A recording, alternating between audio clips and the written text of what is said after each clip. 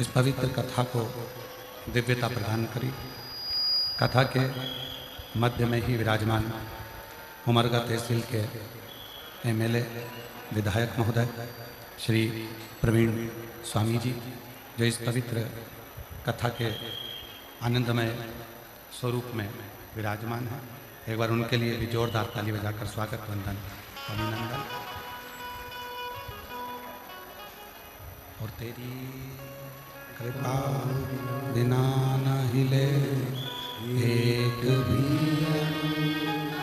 लेते हैं सांस, तेरी कृपा से तनु तनु बखान क्या करूं मैं राखों के ढेर का, चपटी भगवत में खजाना कुबेर का, हे गंगा मुक्ति ओंकार तू, बोले ओंकार तू, आयो शरण तिहारी शंभु कारता तू।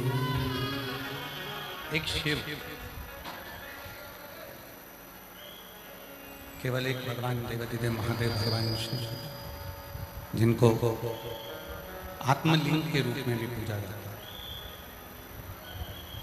केवल एक भगवान शिव हैं, जिनको आत्मलिंगेश्वर महादेव के रूप में भी पूजा जाता है। शिव की सहजता, शिव की सरलता इतनी है कि जहाँ मेरा भोलेनाथ बैठता है, उसी स्थान के नाम से पूजा जाने लगा। पीपल के वृक्ष के नीचे बैठे तो पिपलेश्वर महादेव हो, बड़ के नीचे बैठे तो बटकेश्वर महादेव हो, स्फटिक से बन गए तो स्फटिकेश्वर महादेव हो, रतन से बन गए तो रत्नेश्वर महादेव हो।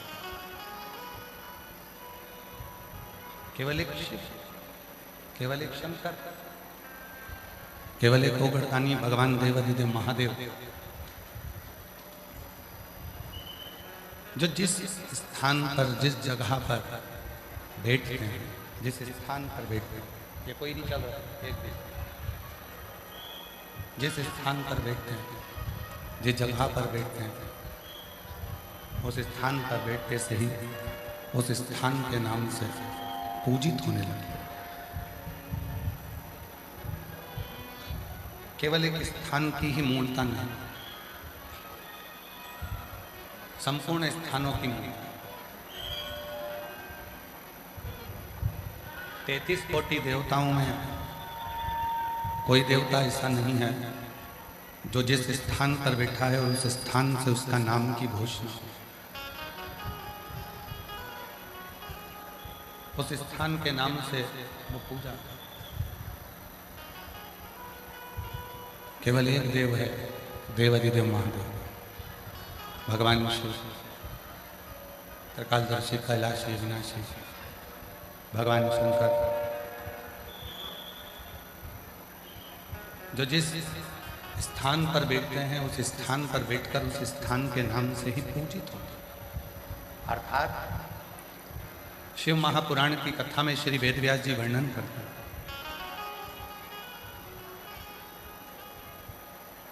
कि शिव को ढूंढने के लिए या भगवान शंकर को प्राप्त करने के लिए बहुत दूर जाने की जरूरत नहीं। भगवान शंकर को प्राप्त करने के लिए, भगवान शंकर को ढूंढने के लिए बहुत दूर पहुंचने की जरूरत नहीं।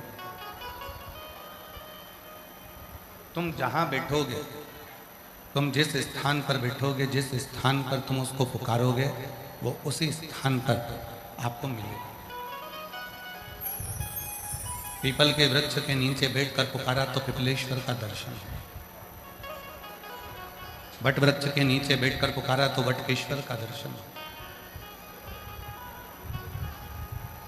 जिस भूमि पर जहां आप देवादिदेव महादेव को पुकारोगे, वो महादेव आपको उसी स्थान पर मिलेगा।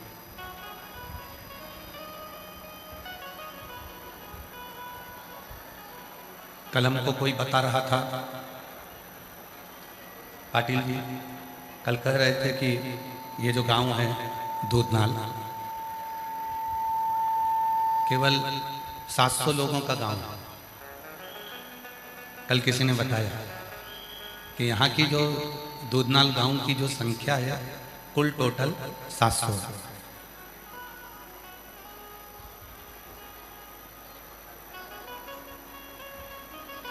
अब 700 लोगों के गांव में 7 लाख आदमी आकर बैठ जाए तो जरा विचार करिएगा, ये शिव की ही तो कृपा है।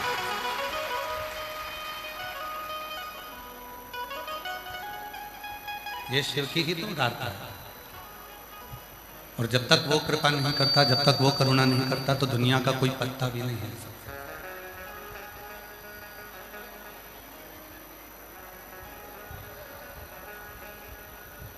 लाखों की संख्या में आप लोग आए हैं।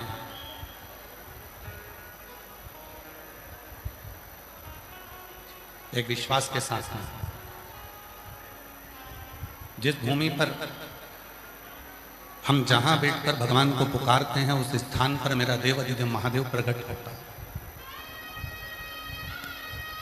अब कई लोग कहते हैं कि उसको ढूंढने के लिए हमें केदारनाथ जाना पड़ेगा। कई लोग कहते हैं कि उसको ढूंढने के लिए हमको अमरनाथ जाना पड़ेगा। पर शिव महापुराण की कथा कहती है, ना हमको अमरनाथ ढूंढने जाना है, ना हमको केदारनाथ ढूंढने जाना है। हम उस विश्वनाथ को, स्वयं को उसका अपना समझकर जब हम पुकारते हैं तो हमारा विश्वनाथ हमारा भरण पोषण करने के लिए हमारे हृदय में आकर तुरंत बैठ जाता है। उसको ढूंढने जाने की जरूरत नहीं पड़ती, केवल उसको पुकारा जाए, केवल उसको पुकार लो और वो आकर खड़ा हो जाए।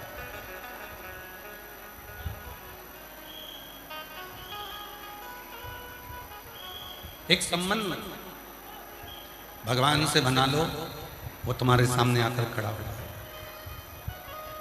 शिव महापुराण में शिव भक्त के लिए 4 गुण बताए गए।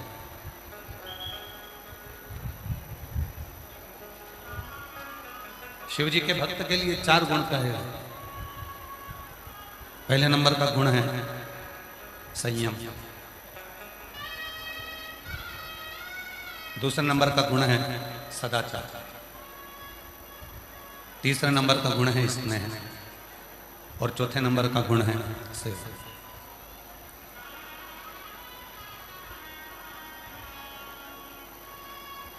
भगवान देवादिदेव महादेव भगवान शंकर माता पार्वती जी को जब महाकाल वन में भ्रमण करा रहे थे, महाकाल वन में जब घूम रहे थे, भ्रमण कर रहे थे, तो भगवान महाकाल राजा ने, स्वयं भगवान शिव ने मां अम्बा जगदम्बा पार्वती जी को महाकाल वन में कहा था, पार्वती, शिव भक्त का सबसे बड़ा गुण होता है उसके भीतर का संयम।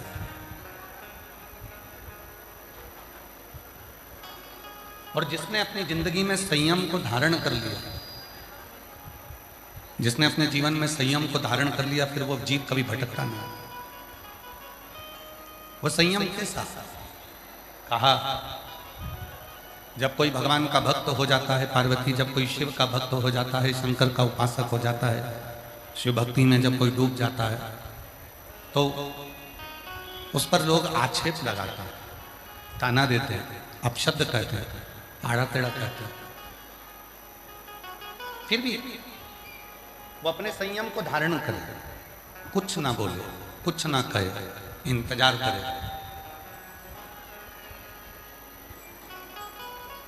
बच्चा जब छोटा रहता है ना, उसका कहीं झगड़ा हो जाता है, और छोटे से बच्चे का, छोटे से बेटे का, छोटे से बेटी का जब झगड़ा होता है, और जब उसका झगड़ा हो जाता है, तो वो झगड़े में रोता रोता जब घर जाता है, तब उसकी मम्मी उसके पापा कहते हैं, चल मैं चलता हूँ, देखो जरा तेरे को किसने मारा,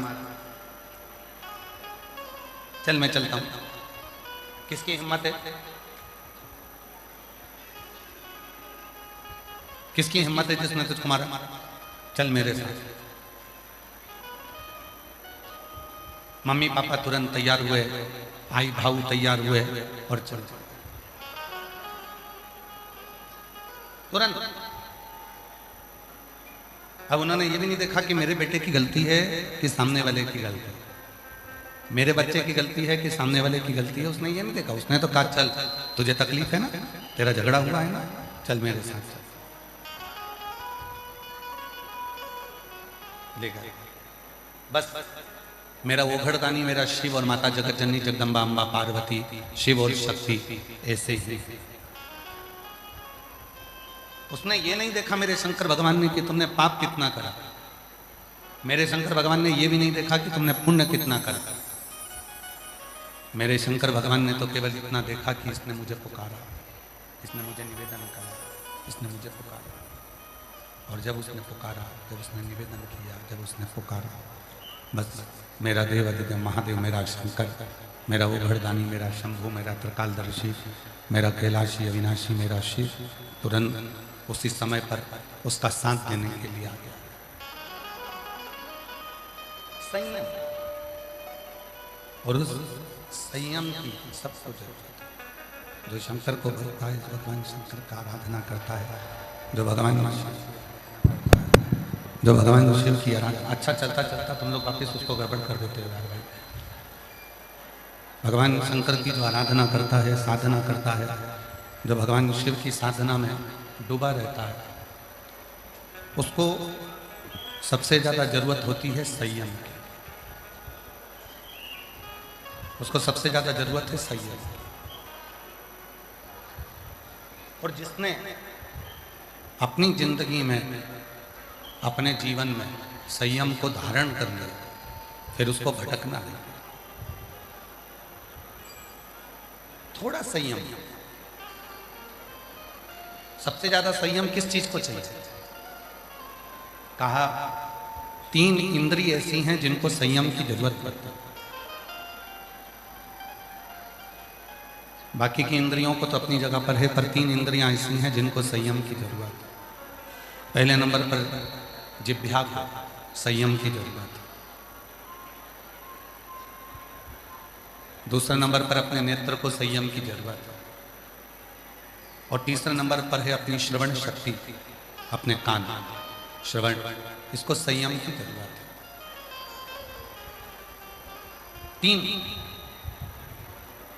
5 कर्मेंद्री, 5 ज्ञानेंद्री और 1 मन। 11 इंद्रियों में से केवल 3 इंद्रियां ऐसी हैं जिनको संयम की बहुत जरूरत है। ये 3 इंद्रियों पर जिसने संयम कर लिया, इन 3 इंद्रियों पर जिसने संयम को धारण कर लिया, समझ लो उसने सब कुछ कर लिया। पहला है अपनी वाणी पर संयम,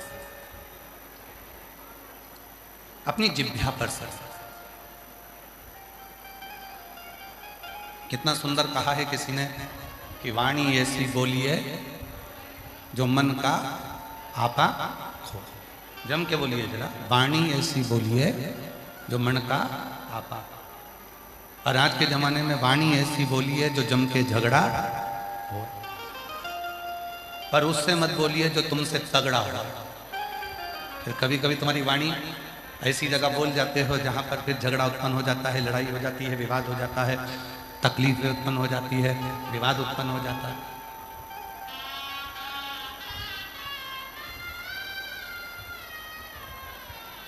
सबसे पहला 3 इंद्रियों में से सबसे पहला संयम है हमारी जिह्वा का संयम, हमारी वाणी का संयम। और इस वाणी के संयम पर ही सब कुछ है। आज के जमाने में सास बुरी नहीं है, आज के जमाने में बहू भी बुरी नहीं है। ना सास बुरी है, ना बहू बुरी है, ना ससुर बुरा है, ना पति बुरा है, ना पत्नी बुरी है, ना देवर, ना जेठानी, ना जेठ, ना ननन, ना नंदोई, कोई बुरा नहीं है। सबसे ज्यादा बुरी है आपकी जिह्वा, आपकी वाणी।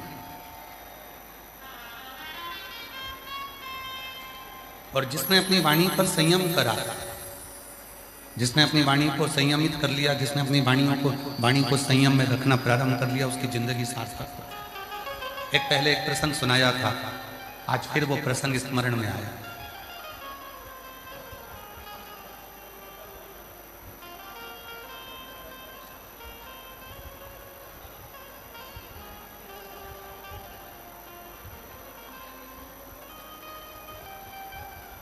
एक नगर में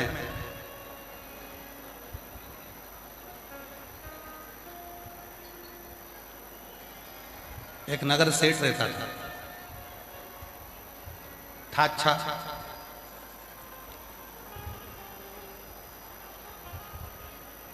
पर उसकी वाणी ठीक नहीं थी, बोलता हर कुछ था। एक दिन राजा ने उसको बुलाया और राजा ने कहा, अपने नगर का सेठ है, अपना फर्ज बनता है कि इसको अपना महल दिखाया जाए। राजा ने नगर सेठ को बुलाया, महल दिखाया। सेठ जी से पूछा, बताओ सेठ जी महल कैसा बना? सेठ जी ने कहा, महाराज महल तो अच्छा बना, पर इसका दरवाजा बड़ा छोटा। तो राजा ने कहा, दरवाजे से होना जाना क्या? सेठ जी बोले, महाराज दरवाजा छोटा है, जब तुम मरोगे तो तुम्हारी अर्थी कैसे निकलेगी? राजा को गुस्सा आ गया और राजा को क्रोध आया और राजा ने कहा, इसको बंद करो, अंदर जेल में ले जाओ, इसको ले जाओ, अंदर बंद करा जाए। राजा ने उसको कारागार में बंद कर दिया। थोड़ी देर बाद उसकी पत्नी आ गई। पत्नी ने कहा, महाराज मेरा पति यहाँ आया था। राजा ने कहा, तेरे पति को बोलने के लक्षण नहीं है, उसमें अकल नहीं है, हर कुछ बोलता है। तेरा पति ने महल देखा और महल देखकर कहा कि महाराज दरवाजा छोटा है, जब राजा मरेगा तो इसकी अर्थी कैसे निकलेगी? इतने में पत्नी बोली, महाराज मेरे पति को बोलने के लक्षण नहीं है, उसको क्या करना? अर्थी कैसे निकलेगी? पत्नी बोली, उसमें तो अकल नहीं है महाराज, उसको क्या करना कि अर्थी कैसे निकलेगी? अरे राजा को काट काट के निकाल देंगे। अब तो राजा को और गुस्सा आ गया। राजा ने उसकी पत्नी को भी बंद कर दिया। थोड़ी देर बाद उसका बेटा आ गया। बेटे ने कहा, महाराज मेरे माँ बाप आए थे। राजा ने कहा, तेरे पिताजी को बोलने के लक्षण नहीं और ना ही तेरी माँ को बोलने के लक्षण। तेरे पिताजी ने कहा, जब महाराज मरोगे तो तुम्हारी अर्थी कैसे निकलेगी? और तुम्हारी माँ कहती है कि काट काट के निकाल देंगे। इतने में राजा का लड़का बोला, महाराज मेरे माँ बाप को बोलना नहीं आता, उनको क्या करना? अर्थी कैसे निकलेगी? अरे राजा को अंदर ही चला देंगे। बस इतना कहा और राजा ने तीनों को छोड़ दिया। तीनों को छोड़ दिया। राजा को समझ में आ गया कि इंसान कितने भी उच्च पद पर बैठ जाए और उसकी वाणी अगर ठीक नहीं है तो वो निम्न पद का ही कहलाता है, वो उच्च पद का कभी नहीं कहलाता, वो निम्न पद का है। सबसे ज्यादा जरूरी है वाणी की संयम।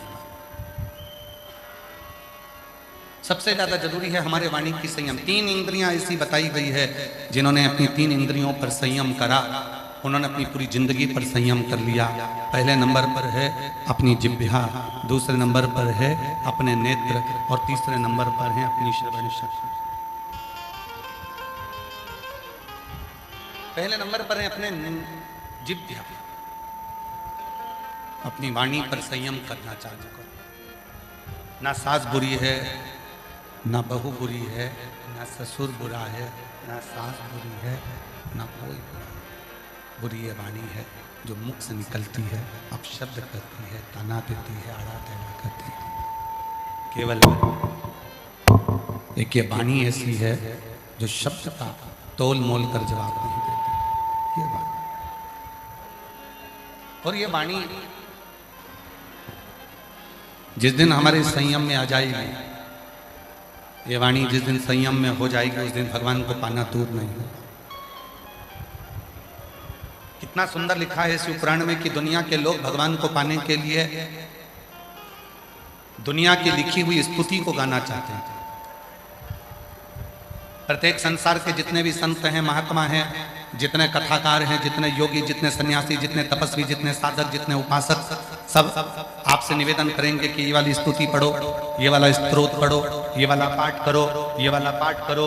और शिव पुराण क्या कहती है, वेद व्यास जी क्या कहते हैं, तुमरुका जी क्या कहते हैं। तुमरुका जी चंचुला देवी से कहते हैं, चंचुला देवी तुम्हें अगर कोई स्तोत्र नहीं आता, तुम्हें कोई स्तुति नहीं आती, तुम्हें कोई मंत्र नहीं आता, तुम्हें कोई साधना नहीं आती, तुम्हें कोई पूजन नहीं आती, तो तुम अपने दिल से, अपने भाव से, अपने मन से तुम भगवान को जो कहकर पुकारोगे, तुम्हारा भगवान उसी समय पर तुम्हारे सामने प्रकट हो जाए। उसी समय तुम्हारा भगवान तुम्हारे सम्मुख में प्रकट हो जाए। उसी हम क्या कर रहे हैं, दुनिया के लोग क्या करते हैं, जो स्तुति दुनिया ने लिखी है वही स्तुति को गाने का प्रयास करते हैं। जो स्तोत्र दुनिया ने लिखा है उसी स्तोत्र को गाने का प्रयास करते हैं।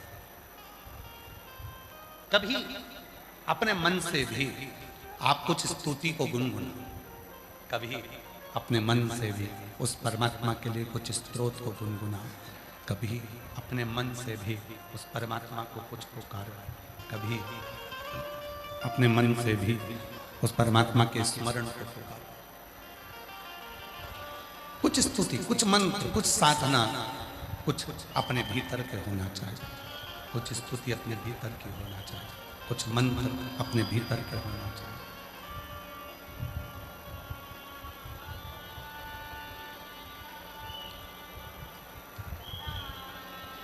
किसी ने कहा खूब अच्छे अच्छे पाठ करो भगवान मिल जाए। किसी ने कहा खूब अच्छी अच्छी स्तुति पढ़ो परमात्मा मिल जाए।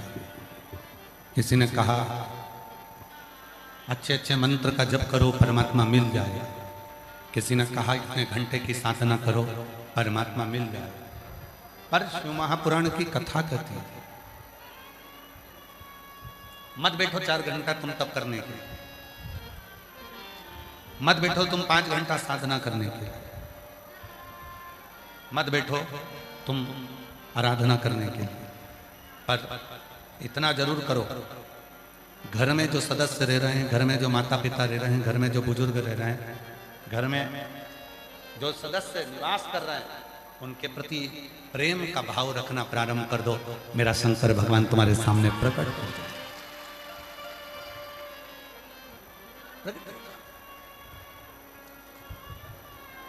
कभी विचार करा आप लोगों ने कि आप और हम अपनी जिंदगी को कितनी झूठ की जिंदगी जी रहे हैं।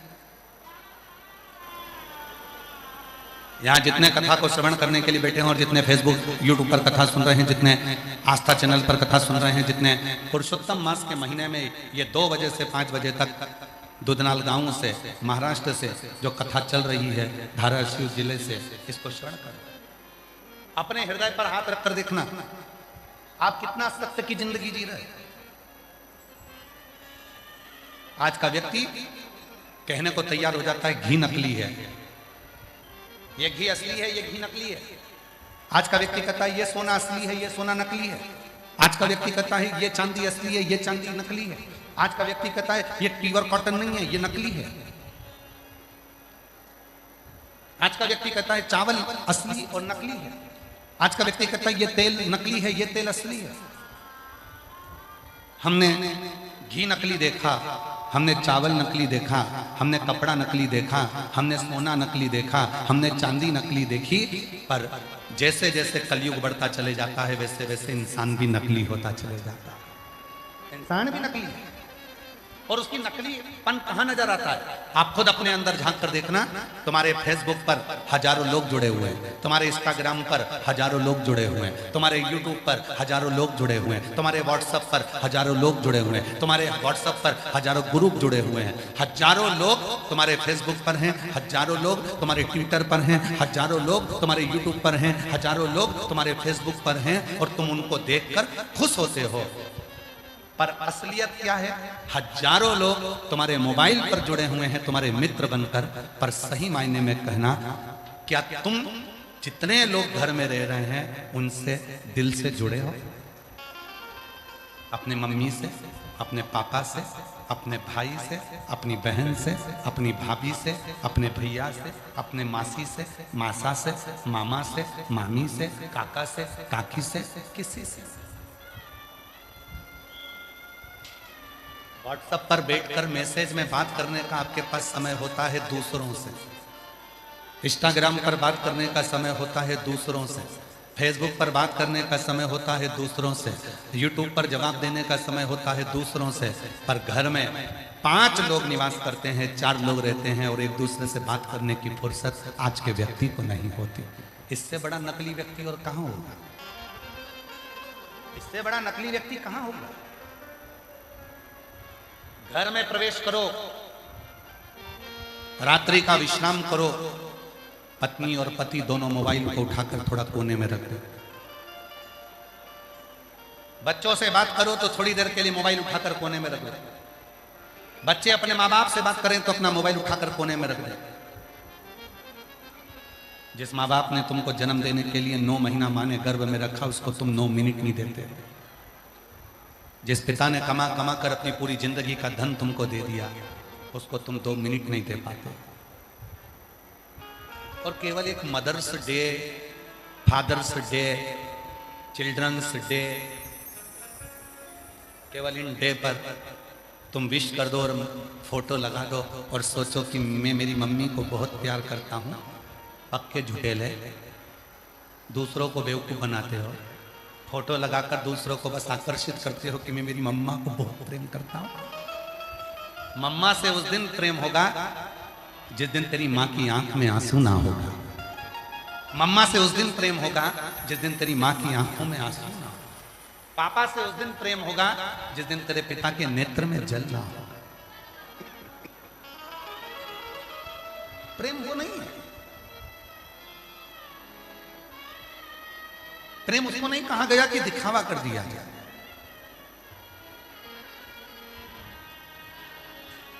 खूब प्रेम के किस्से चलते हैं, खूब प्रेम के किस्से चलते हैं। 33 कोटि देवताओं की लिस्ट निकालिए, सारे देवताओं की लिस्ट निकाल कर देखना कि सबसे ज्यादा प्यार कौन से देवता ने किया। आपको उस लिस्ट में मिलेगा सबसे ज्यादा प्यार केवल एक ही देवता ने करा, वो थे देव अधिदेव महादेव, जो मां सती से प्यार करते थे। मां सती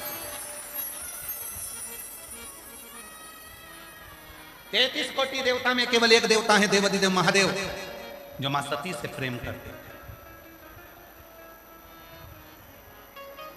कहा, किसी ने कहा कि सती से प्रेम करते थे तो फिर पार्वती से विवाह क्यों किया? प्रश्न को उठाइएगा। शिव महापुराण के उमाखंड को उठाकर गीता प्रेस गोरखपुर के शिव पुराण लेकर आओ, उस शिव पुराण को घर में पढ़ो और पढ़कर देखना कहीं सीवर वाला बाबा कहीं झूठ तो नहीं बोल दिया। इसलिए पढ़ना जरूरी है, अध्ययन करना जरूरी है। कि सीवर वाला महाराज कथा बाजता है तो हम पढ़ें कि उसने सही बोला कि झूठ बोला। शिव महापुराण की उमा सहिता कथी है। किसी ने प्रश्न करा कि शिवजी जब सती से प्रेम करते थे, शंकर भगवान जब सती को स्नेह करते थे, तो पार्वती से विवाह क्यों करा? जरा प्रसंग उठाकर देखिए। भगवान शंकर ने पार्वती जी की पूरी परीक्षा ली, पूरी परीक्षा, एक भी परीक्षा नहीं छोड़ी शंकर भगवान ने पार्वती जी की। और आखिरी में जब पार्वती जी अर्पणा हो गई, पत्तों का सेवन करती थी, दुर्बल हो गई, शरीर में मांस नहीं बचा, केवल कंकाल हड्डियां माता पार्वती के शरीर में थी और मांस का एक टुकड़ा भी शरीर के अंदर नहीं था। पार्वती का नाम अर्पणा हो गया। तब शिव जी गए और पार्वती जी को देखकर पूछा, तुम ऐसा क्यों कर रही हो? तब माता पार्वती जी ने कहा, कुंभज ऋषि के आश्रम में कथा सुनने तुम्हारे साथ गई थी, अपने पिता के मुख से आपकी निंदा सुन ली थी, इसलिए शरीर को मैंने जलाकर भस्म कर दिया था। शंकर जी ने समझ लिया कि मेरी सती पार्वती बनकर आ गई है, तब उसको स्वीकार किया, तब उसको अपना। 33 कोटि देवताओं की लिस्ट निकाली है। कोई कहता है ये भगवान का इनसे प्रेम था, इनका अधिक प्रेम था, कोई ने कहा इनका अधिक प्रेम था, कोई ने कहा इनका अधिक प्रेम था। 33 कोटि देवताओं की लिस्ट निकाल कर देखिए, केवल एक देवता है देवाधिदेव महादेव, जिन्होंने अपनी सती से इतना प्रेम करा कि सती प्राणों को छोड़कर भी चली गई तो माता सती के शरीर के भस्म को अपने तन पर धारण कर लिया। सती मरकर चली गई, प्राण छूट गए तो सती के शरीर को अपने कंधे पर धारण कर कर तांडव करना प्रारंभ कर दिया। सती चली गई तो उसके शरीर के मुंड की माला अपने गले में धारण करना प्रारंभ कर दिया। सती के जाने के बाद अब तुम्हारी लिस्ट निकालो, तुम्हारे मोहल्ले में देखो, तुम्हारी कॉलोनी में देखो, तुम्हारी सोसाइटी में देखो, तुम्हारे रिश्तेदारों में देखो, जिनकी पत्नी चली गई वो फेसबुक पे दूसरी ढूंढ रहे हैं।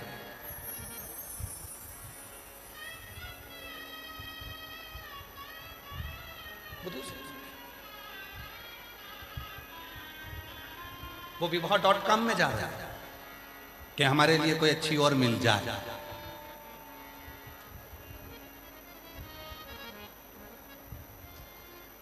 कहां गया वो रिश्ता, कहां गया वो संबंध।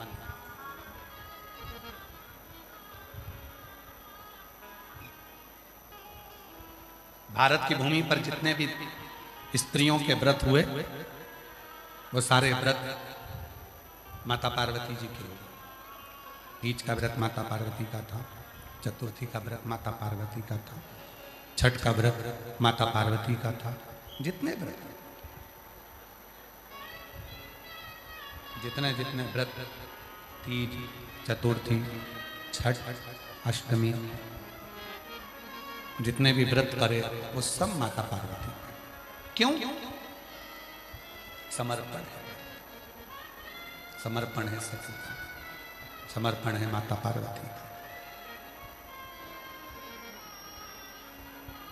और मैंने तेरे ही भरोसे बाबा, तेरे ही भरोसे हवा बिच उड़ती जावांगी बाबा, गोर हथों छड़ी नाम कटी जावांगी। भोले मैं तेरी पतन, शंभो मैं तेरी पतन, हवा बिच उड़ती जावांगी बाबा, गोर हथों छड़ी नाम कटी जावांगी। भोले मैं एक विश्वास, वाणी का, प्रेम का, भरोसे का एक विश्वास। कितना प्रेम है।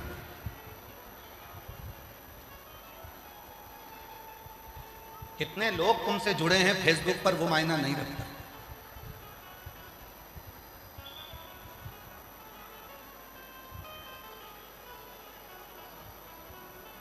मोबाइल पे कितना भी काम कर लो, कितना भी, चलो जाने दो, एक अच्छी बात समझो अपने जीवन में।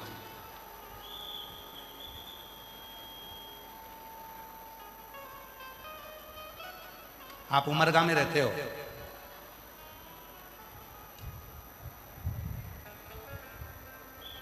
मान लो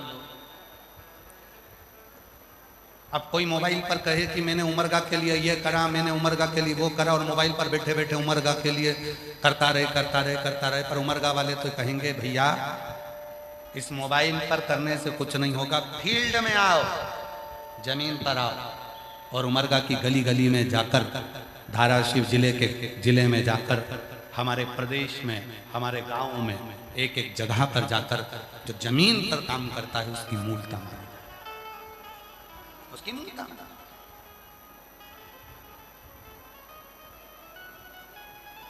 फेसबुक पर कितने तुम्हारे दोस्त हैं वो मायना नहीं रखता।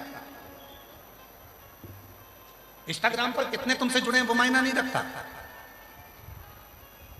मायना क्या रखता है?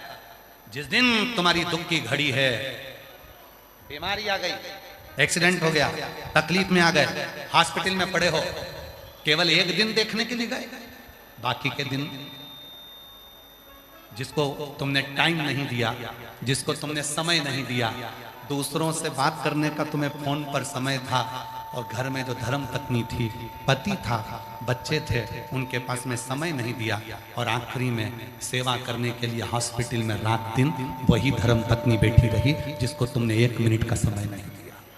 1 मिनट का समय नहीं दिया। उठा रही है, बिठा रही है, भोजन करा रही है, कपड़े धो रही है, स्नान करा रही है, शरीर नहीं काम कर रहा तुम्हारा, तो भी वो तुम्हारी सेवा कर रही है। एक दिन तुम मीठे वाणी से उससे नहीं बोले, एक दिन तुम प्रेम की वाणी से उससे नहीं बोले, फिर भी उसने अपना पूरा समय तुम्हारे को दिया, पूरा।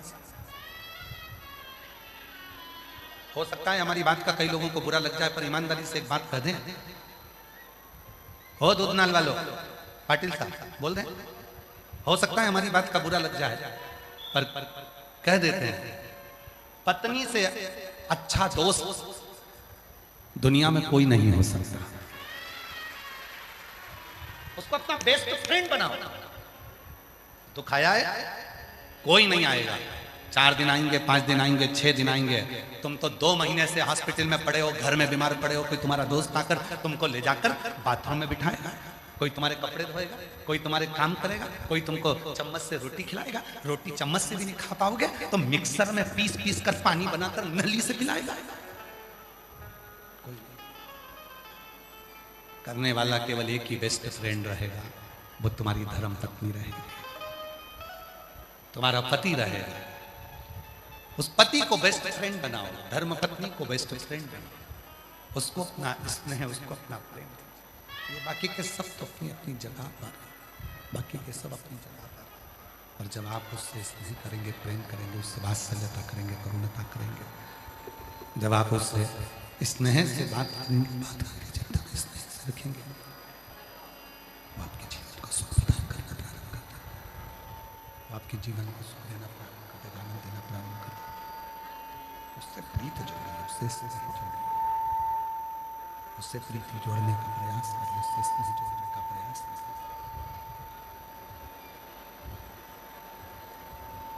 महाराज शिव तत्व का राग भगवान शंकर की कथा कर रही है। क्लियर करो आवाज। शंभु शंभु शंभु शिव तत्व का राग बेस आ रहा है या तो कुछ गला पकड़ रहा है। शंभु शंभु शंभु शिव तत्व का राग भगवान शंकर का चरित्र कर रहा है, महापुराण की कथा वर्णन कर रही है। शंभु शंभु शंभु शंभु शंभु शंभु शंभु भैंस पकड़ रहा है, गला पकड़ रहा है भाई। शंभु शंभु शंभु शंभु शिव तत्व का शंभु शिव तत्व कह रहा है। भगवान शिव महापुराण की कथा वर्णन कर रहा है, शिव तत्व कह रहा है।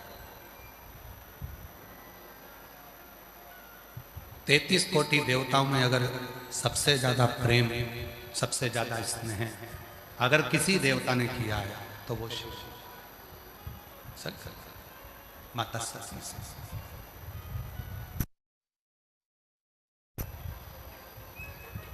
शंकर भगवान का जो भक्त होता है, शिव का जो उपासक होता है, शिव की साधना करने वाला होता है, शिव की आराधना करने वाला होता है, भगवान शंकर की भक्ति में डूबने वाला होता है, आज भी शिव जी को भस्म चढ़ाता है। आज भी और शिव प्रसन्न होते हैं उस भस्म से। शिव जी की प्रसन्नता होती है केवल भस्म से।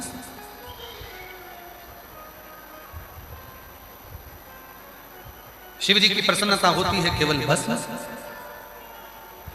क्यों? सती के शरीर की वो राख, माता सती के शरीर की वो भस्म, माता सती के शरीर की वो राख आज भी शिव को प्रियता प्रदान करती है, शिव को आनंद प्रदान करती है। आज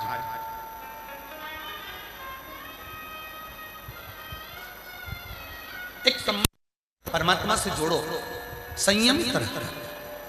तीन इंद्रियां ऐसी हैं जिन पर तुम्हारा संयम बहुत जरूरी है। पहले नंबर पर है तुम्हारी वाणी का संयम। अपनी जिह्वा पर जितना हम कहें, कथा में फिर कहें, ना सास बुरी है ना बहू बुरी है, ना ससुर बुरा है ना बेटा बुरा है, ना ननन बुरी है ना नंदोई बुरा है, ना देवर बुरा है ना देवरानी बुरी है, ना जेठ बुरा है ना जेठानी बुरी है। परिवार का कोई सदस्य बुरा नहीं है, केवल अगर बुरा है तो केवल हमारी वाणी ही कहीं ना कहीं बुरी है। कहीं ना कहीं हमारी वाणी हमें बुरी। कभी कभी अहमता की वाणी में बोलने में आ जाता है, अहंकार के शब्द बोलने में आ जाते हैं और वो अहंकार हमको डुबो लेता है। तो हम इन तीन इंद्रियों में पहली इंद्री है वाणी, दूसरी इंद्री है नेत्र।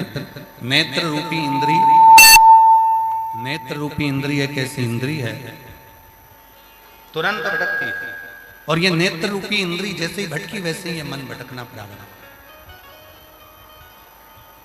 ये नेत्र रूपी इंद्री जैसी भटकी, मन भटकना प्रारंभ। मन भटकना,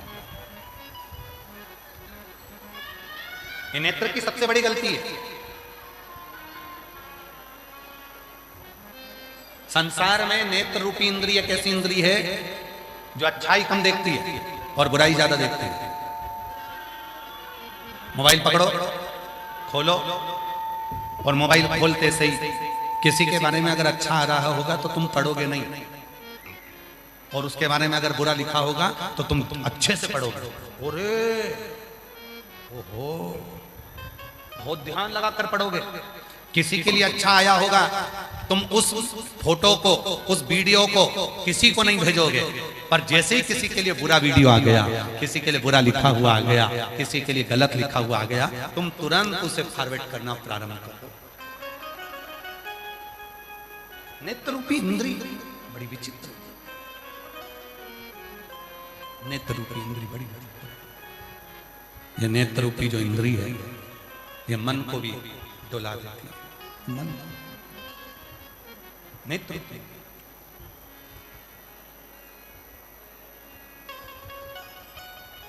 चलो जाने दो, प्रैक्टिकल करिएगा। सुबह मॉर्निंग वॉक करने जाते हो? अरे बोलो तो जम के।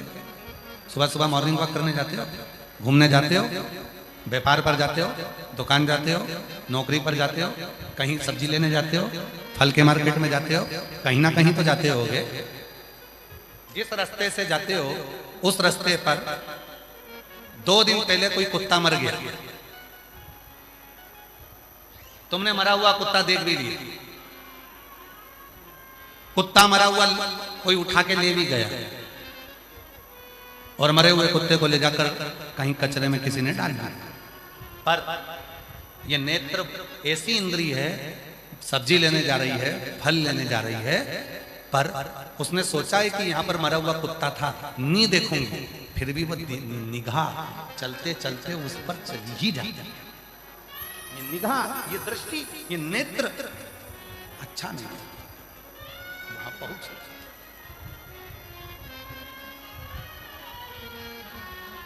इसीलिए शिव महापुराण की कथा में कहा गया कि इस वाणी को भी शिव में लगा दो, इस नेत्र को भी शिव में लगा दो। और तीसरे नंबर की इंद्री है ये श्रवण, ये कान, ये सबसे भारी इंद्री है। कथा में इसका मन ही नहीं लगता इन कानों का, और अगर कहीं का बुराई करने बैठ जाए, चुगली करने बैठ जाए, निंदा करने बैठ जाए, तो ये श्रवण इतने काम करते हैं, और पूरा हुंकारे के साथ। अच्छा ऐसा बोल रही थी? हाँ। कौन? वो। हाँ, पूरे हुंकारे के साथ ये कान अपना काम। इसीलिए शिव महापुराण की कथा में श्रोताओं के 3 क्रम बताए। ये सुनने के लिए आए हो तो आप लोग श्रोता, श्रोता के 3 क्रम बताए। पहले नंबर पर होता है सरोता। सरोता देखा है आप लोगों ने? जम के तो बोलो। सुपारी कतरने वाला, सुपारी कतरते हैं, अभी तो आम आ रहे हैं, केरी आ रही है कच्ची, तो उसका अचार बनाने के लिए सरोता पहले नंबर पर होता है सरोता, जिसका काम है केवल कतरना, काटना। तो तीन तरह के श्रोता होते हैं।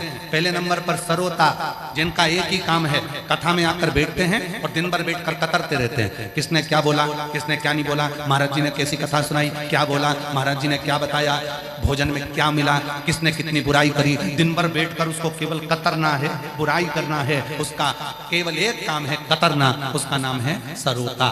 दूसरे नंबर पर आते हैं कथा में सोता।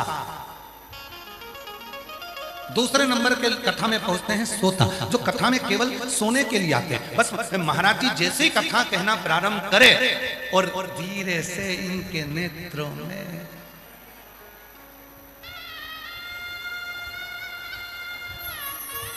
लोगों को लग रहा है कथा में कितनी डूबी है। डूबी नहीं है, ऊबी है। और किसी ने जगह दिया, सो रही है क्या? फिर ऐसी ऐसी क्या कर रही है? कुछ नहीं, भोलेनाथ जी भाग रहे थे तो बुला रही थी।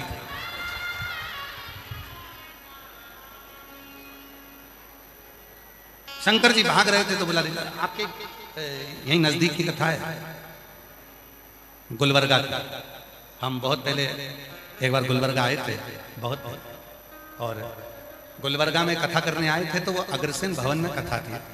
वहां तो भवन था छोटा, लोग हो गए ज्यादा, और एक माताजी ब्लैक कलर का चश्मा लगा के आती थी। पूरे भवन में कहीं पांव रखने की जगह नहीं थी, बाहर अंदर सब दूर, पर उसके पास में जगह ही जगह थी, उसके पास कोई नहीं बैठ, और वो ब्लैक कलर का चश्मा लगा के आती थी और बैठ जाती थी। और कथा में वो बैठती थी हमेशा एक खंबे से टिक के, उसका स्थान पक्का था और उसके पास कोई नहीं बैठता था। तो हमने एक दो लोगों से कहा कि तुम्हारे पास वहां जगह नहीं है तो वहां बैठ जाओ। अरे महाराज जी घुर्राटे भरती है, खूब सोती है। अब मन में आया कि कथा में कोई सोता है क्या? कथा पूरी हुई, बेलपत्र लेने के लिए वो आई, तो हमने कहा माँ तू कथा में आकर सोती है, तू घर पे नहीं सोती है? अरे गुरुजी, दिन के समय में बहू चली जाती नौकरी पे, छोरा चले जाता नौकरी पे, बच्चे छोड़ के चले जाते हमारे माथे, तो हम तो भोलेनाथ जी से कि ऐसी कथा हमारे गुलबर्गा में होती रहे, कम से कम 2 बजे से 5 बजे तक सोने का मौका तो मिल जाए।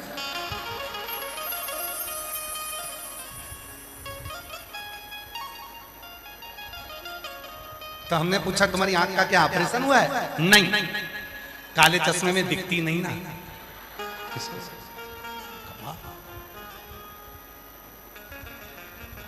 शिव शिव।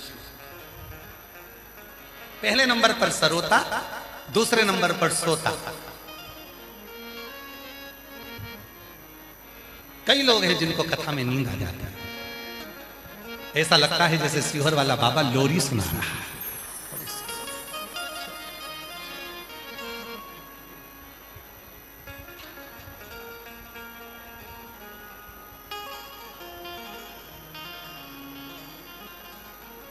लोरी तो एक ही सुनाती थी, अक्का देवी।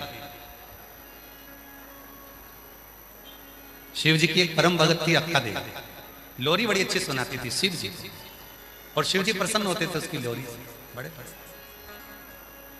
शंभु सो जा तू तो सो जा। लोरी बड़ी सुंदर सी।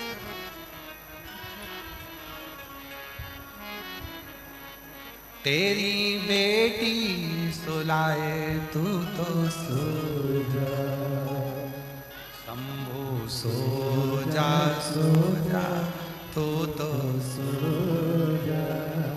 एक बार अक्का देवी के मन में आया, सारे देवता विश्राम करते हैं, शास्त्र कहते हैं चतुर्मास के 4 महीने देवता सोते हैं, पर भगवान चतुर्मास के 4 महीने भगवान नारायण जब सोते हैं तो पूरा पृथ्वी का भार भगवान शंकर को दे देते हैं। किसी पुराण में यह नहीं लिखा कि भगवान शंकर सोए, हर पुराण में लिखा ब्रह्मा जी को निंद्रा आई, वेद हाथ से खसक गए, हयग्रीवा ने धारण कर लिए, श्रीमद् भागवत में लिखा है ब्रह्मा जी सोए, ये भी लिखा, भगवान राम विश्राम करे ये भी लिखा, भगवान कृष्ण विश्राम करे ये भी लिखा, भगवान विष्णु सोए ये भी लिखा, पर किसी पुराण में ये नहीं लिखा कि शंकर भगवान सोए, इंद्र सोए ये भी लिखा, गरुण सोए ये भी लिखा, वरुण सोए ये भी लिखा। केवल सारी पुराण उठाकर देख लीजिए, किसी पुराण में ये नहीं लिखा कि शंकर भगवान विश्राम करे, शंकर भगवान सोए, भगवान शंकर नींद लिए, भगवान शंकर सोए, ये किसी पुराण में नहीं लिखा। तो अक्का देवी के मन में आया, अक्का देवी ने विचार करा सारे देवता सो जाते हैं और मेरा शंभु जागता ही रहता है, आज इसको सुला के मारूंगा, कुछ भी हो जाए आज तो मैं सुलाऊंगी शंकर जी को। और अक्का देवी ने शंकर भगवान का शिवलिंग लिया, उसको गोदी में रखकर अक्का देवी इसको सुलाने लगी। पार्वती जी मुस्कुराने लगी, माता पार्वती जी हंस रही। शिव जी ने पूछा पार्वती क्यों हंस रही हो? पार्वती जी बोली तुम्हारे साथ रहते रहते मैं अमर हो गई, आज तक तुम्हें सोते हुए नहीं देखा और ये तुम्हारी भक्त तुम्हें सुलाना चाहती। पार्वती जी बोली मैं तुम्हें नहीं सुला पाई तो ये कैसे सुला सकती? शिव जी बोले पार्वती भगवान से बड़ा भक्त होता है और भक्त चाहे ना तो परमात्मा को भी सुला सकता है। अगर परमात्मा को सुला सकता है तो केवल भक्त सुला सकता है। वो एक लाइन स्मरण करिए हमारे चैलेंज लिया, भगत के बस में,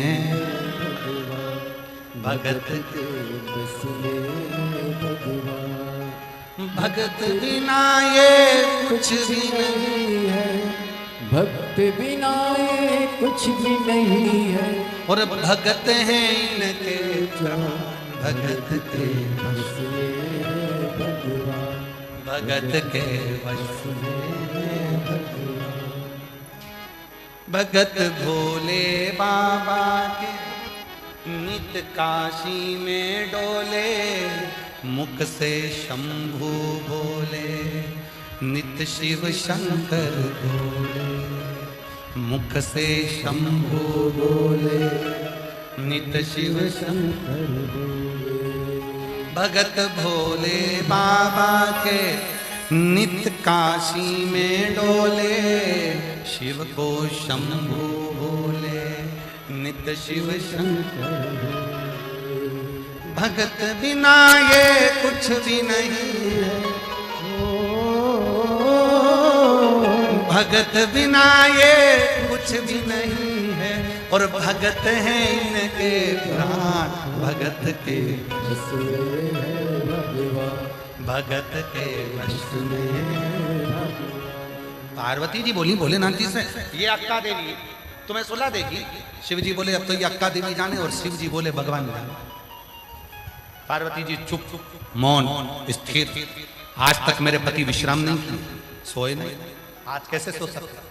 सारी पुराण उठाकर देखना, सब पुराण में लिखा है चतुर्मास में 4 महीना भगवान सोए, श्री हरि सोए, नारायण सोए। ब्रह्मा जी के सोने का भी प्रसंग है कि ब्रह्मा जी के नेत्र में नींद आई और वेद हाथ से खसक गए, हरिग्रीवा ने धारण कर लिए, ये सारा प्रसंग मिलेगा। इंद्र के सोने का प्रसंग मिलेगा, राम जी के विश्राम का प्रसंग मिलेगा रामचरितमानस में, भगवान कृष्ण के सोने का प्रसंग मिलेगा श्रीमद् भागवत में, सारे देवताओं के सोने का विश्राम का प्रसंग पुराणों में मिलेगा।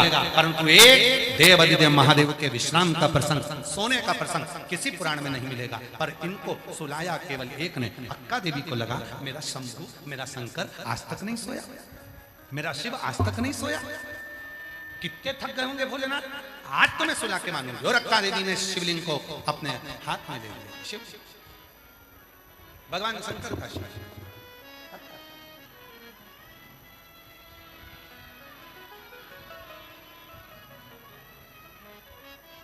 मखवल की गादी लगा, मखवल का तकिया लगा दिया, मखवल की गादी, मखवल का तकिया, उसी पर भगवान शंकर के शिवलिंग को रख दिया।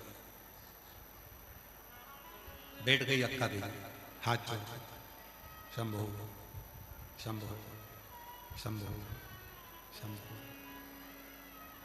शंभो शंभो। बैठ, जब तक तू नहीं सोएगा तब तक मैं नहीं सोऊंगा। बड़ा भारी संवाद अड़ गया। अक्का देवी ने कह दिया अब मैं भी नहीं सोऊंगी जब तक तू नहीं सोएगा।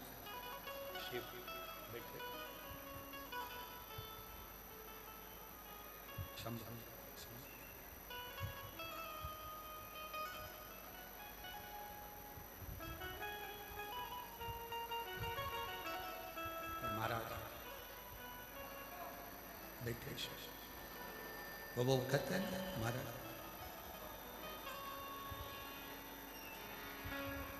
भोले के लाल मैंने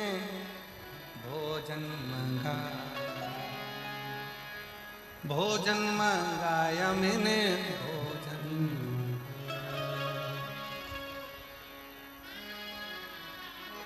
शिव के लिए भोले के लाने मैंने गादी बिछाया मैंने तकिया। जल्दी से आओ भोला देर ना लगाओ, जल्दी से आओ भोला देर ना लगाओ, जल्दी से आओ भोला देर ना लगाओ।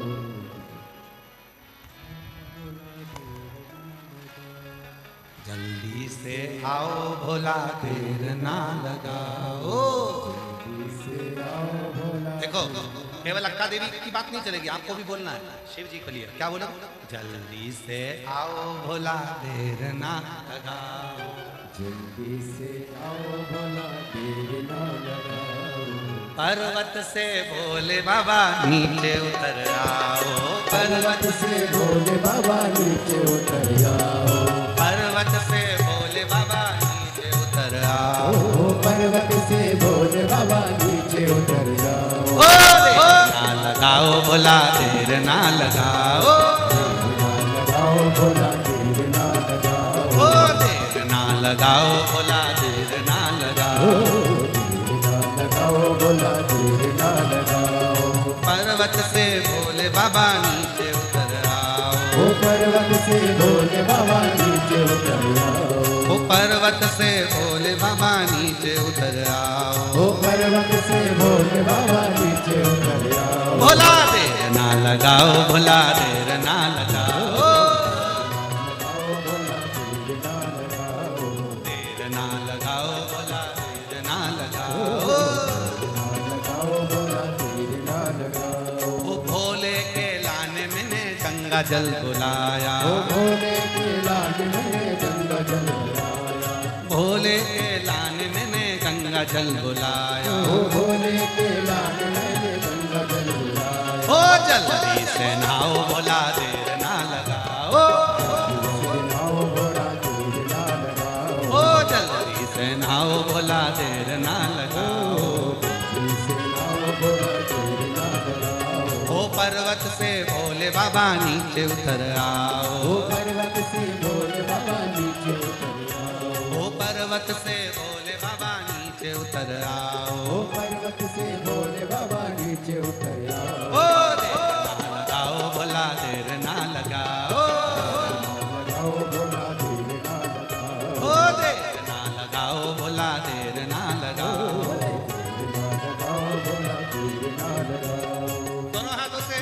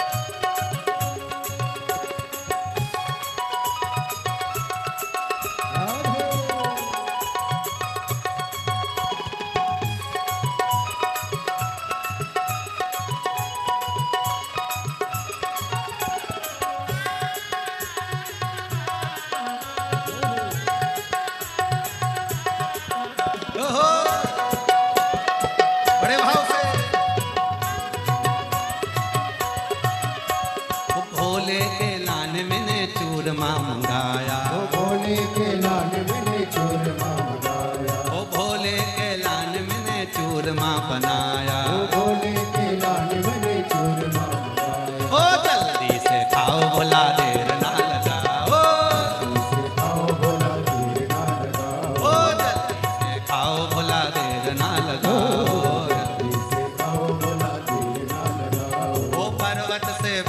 बाबा नीचे उतर आओ। ओ पर्वत से बोले बाबा नीचे उतर आओ। ओ पर्वत से बोले बाबा नीचे उतर आओ। ओ पर्वत से बोले बाबा नीचे उतर आओ। अरे देर ना लगाओ भोला, देर ना लगाओ। ओ देर ना लगाओ भोला, देर ना लगाओ।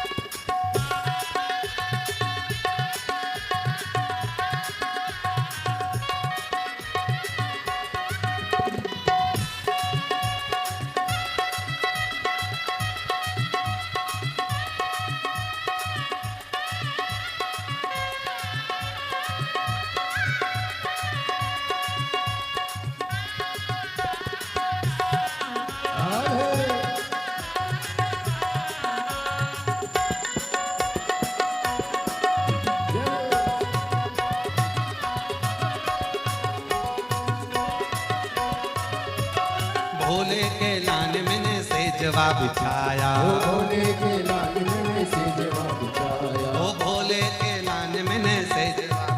ओ भोले के लाल मैंने से जवाब बिछाया। ओ जल्दी से आओ बाबा, देर ना लगाओ। जल्दी से आओ बाबा, देर ना लगाओ। जल्दी से आओ भोला, देर ना लगाओ। जल्दी से आओ बाबा, देर ना लगाओ। ओ पर्वत से बोले बाबा नीचे उतर आओ। ओ पर्वत से बोले बाबा नीचे उतर आओ। ओ पर्वत से बोले बाबा नीचे उतर आओ। ओ पर्वत से बोले बाबा नीचे उतर आओ। ओ देर ना लगाओ भोला, देर ना लगाओ।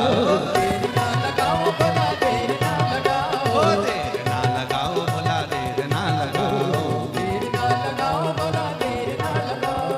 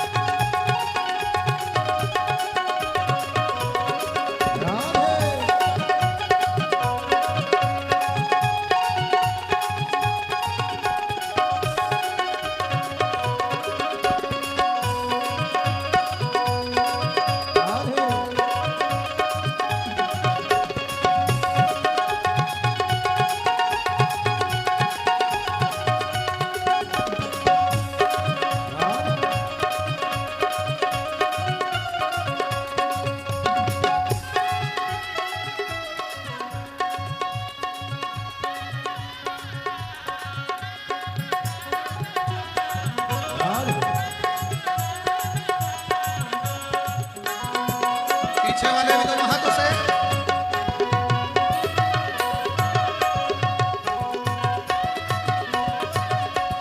भोले के लान मैंने भोजन बनाया। ओ भोले के लाल मैंने भोजन बनाया। ओ भोले के लान मैंने भोजन बनाया। भोले के लाल मैंने भोजन बनाया। ओ जल्दी से आओ बाबा, जल्दी से आओ बाबा, देर ना लगाओ। ओ जल्दी से आओ बाबा, देर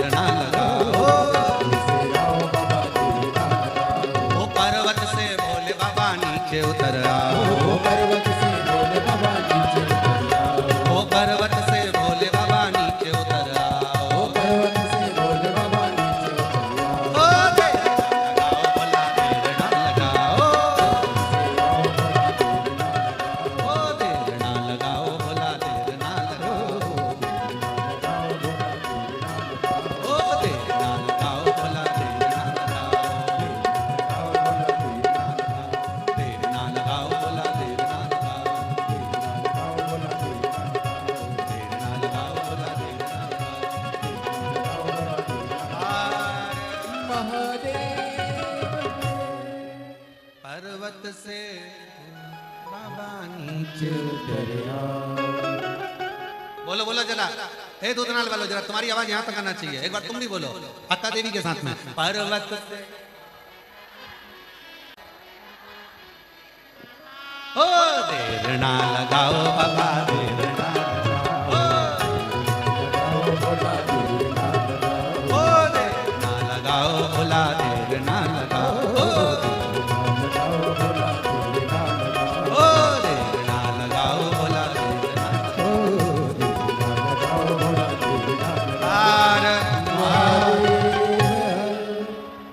अपने स्थान पर बैठकर बाबा देवाधिदेव महादेव को अपने मन का भाव कहिए, प्रार्थना करो, विनय करो, निवेदन करो, विनती। जहाँ जगह मिले वहाँ बैठो और बाबा को अपने मन का भाव हृदय से प्रार्थना करो।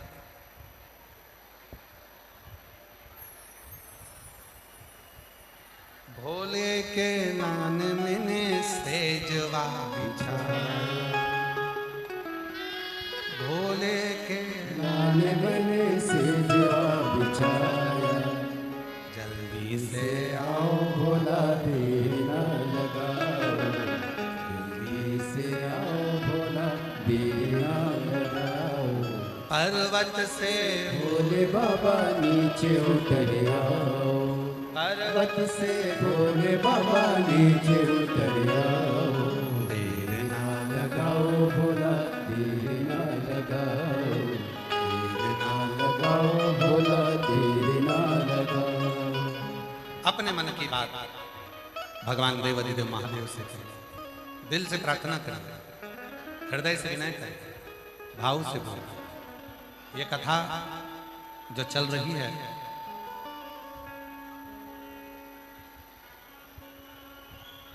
27 मई से प्रारंभ हुई, 2 जून तक चलेगी। दूधनाल में महाराष्ट्र में कथा 2 बजे से 5 बजे तक चल रही है। उसके बाद 2 जून को कथा यहाँ विराम हो जाएगी महाराष्ट्र में। उसके बाद की कथा 9 जून से 15 जून तक। सारे उत्तर प्रदेश वालों को बधाई हो, पुरुषोत्तम मास में अधिक मास में एक कथा उत्तर प्रदेश की पवित्र भूमि पर बलखंडी नाथ फुलवरिया बलिया उत्तर प्रदेश में शिव महापुराण की कथा 1 बजे से 4 बजे तक रहेगी। बलिया उत्तर प्रदेश के, फुलवरिया के सभी निवासियों को बहुत बहुत बधाई हो, जो पुरुषोत्तम मास अधिक मास में 9 जून से 15 जून तक फुलवरिया बलिया उत्तर प्रदेश में 1 बजे से 4 बजे तक शिव महापुराण की कथा होगी। ये कथा फुलवरिया गांव के सभी शिव भक्तों ने, वहाँ के जो ट्रांसपोर्ट मिनिस्टर हैं माननीय श्री दयाशंकर सिंह जी, उनके पास में सभी शिव भक्त वहाँ पहुँचे और बाबा से सभी ने माननीय मंत्री महोदय से विनय करी कि हमको शिव पुराण सुनना है। तो मैं इसे माननीय दयाशंकर सिंह जी को, ट्रांसपोर्ट मिनिस्टर उत्तर प्रदेश सरकार के, उनको भी साधुवाद देता हूँ, जिन्होंने सभी शिव भक्तों के लिए बलिया में, फुलवरिया में शिव महापुराण की कथा उत्तर प्रदेश की फुलवरिया में रखी। उनको बहुत बहुत साधुवाद। हर हर नहीं आ रही है। तो 9 जून से 15 जून तक बलखंडी नाथ फुलवरिया बलिया उत्तर प्रदेश 1 बजे से 4 बजे तक कथा रहेगी। उसके बाद में 15 जून को वहाँ कथा विराम होगी उत्तर प्रदेश में। फिर 18 से 24 जून तक दोपहर 2 बजे से 5 बजे तक पंजाब की भूमि भटिंडा पंजाब में 2 बजे से 5 बजे तक शिव महापुराण की कथा रहेगी। ऐसे कथाओं का क्रम रहेगा। आप और हम भगवान को अपने मन का भाव कहें, हृदय से प्रार्थना करें, विनय करें, निवेदन करें, दिल से बाबा को अपने मन की बात करें। साथ में बोलिएगा, अधिक मास चल रहा है, पुरुषोत्तम मास है, हृदय से प्रार्थना करो, निवेदन करो, विनय करो। साथ में बोलो, विनय करिएगा, निवेदन करिएगा।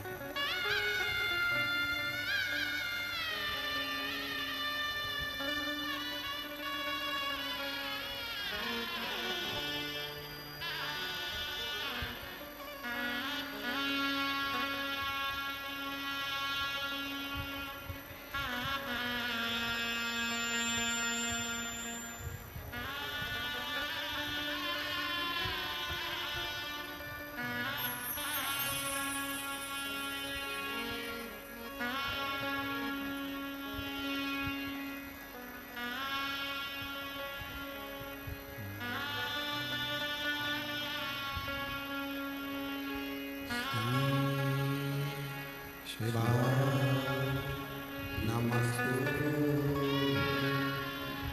श्री शिवाय नमस्तु श्री शिवाय नमस्तु श्री शिवाय नमस्तु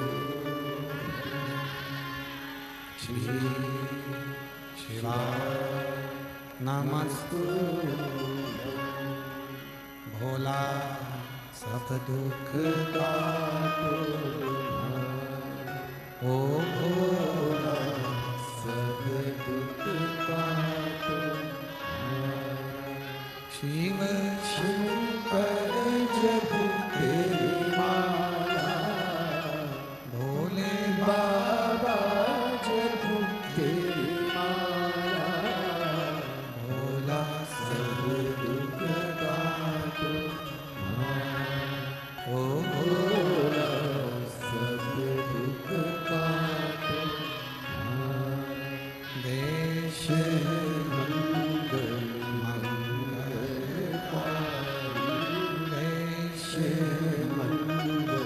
मंगल शमशान शमशान ओ भोला सब दुख काटो ओ भोला सब दुख काटो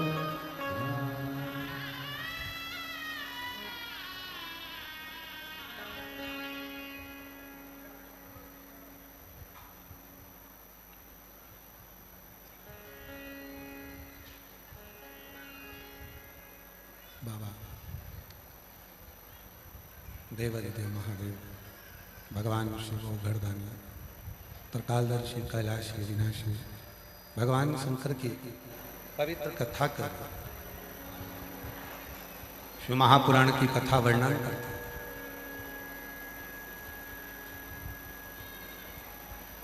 भोले के लाने में सेजवा माता अक्का देवी ने भगवान शंकर के शिवलिंग को नमन कर कर कहा जब तक आप विश्राम नहीं करते सोते नहीं हो तब तक मैं भी नहीं मैं भी विश्राम मैं भी नहीं। पार्वती जी हंस रही 4 रात्रि हो गई 5 रात्रि हो गई शिव जी सोए भगवान शंकर सोए अक्का देवी जाग क्लियर आवाज करो प्लेन आवाज करो गला पकड़ना अक्का देवी सोई तब भगवान शिव कैलाश को छोड़कर अक्का देवी ने जो सेज बिछाई थी भगवान शिव के लिए उस सेज पर आकर भगवान शंकर ने अक्का देवी को दर्शन दिया कुछ देर का विश्राम किया कुछ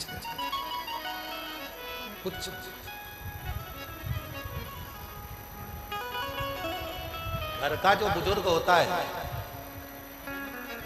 घर का जो बड़ा होता है घर का जो बुजुर्ग होता है उसको नींद नहीं आती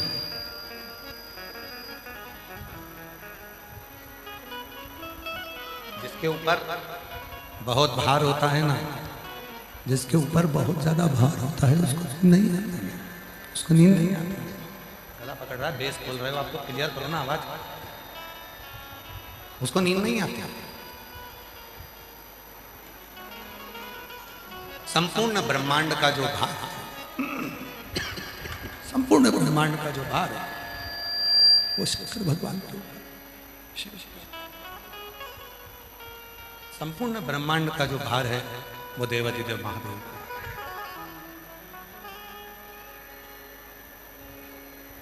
तो शिव पुराण कह रही है भक्त चाहे तो भगवान उसके सम्मुख में आकर खड़ा हो सकता है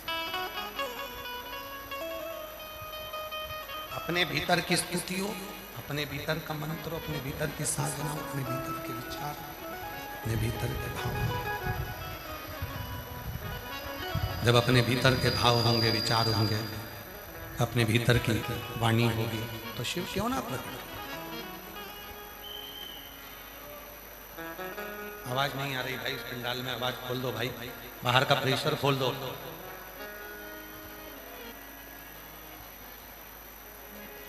अपने भीतर के शुद्ध भावों को, अपने भीतर के शुद्ध विचारों को शिव को जिसने समर्पित करना प्रारंभ कर दिया, भगवान शंकर को समर्पित करना प्रारंभ कर दिया,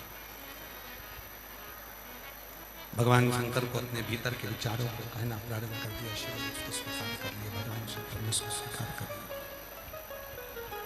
शिव पुराण कर रही है, भगवान शंकर का चरित्र कर रहा है, शंकर जी की कथा कर रही है।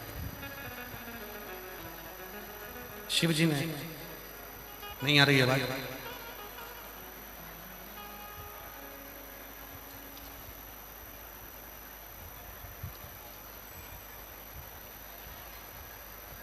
शिव जी ने माता पार्वती जी को संयम, सदाचार, स्नेह और सेवा,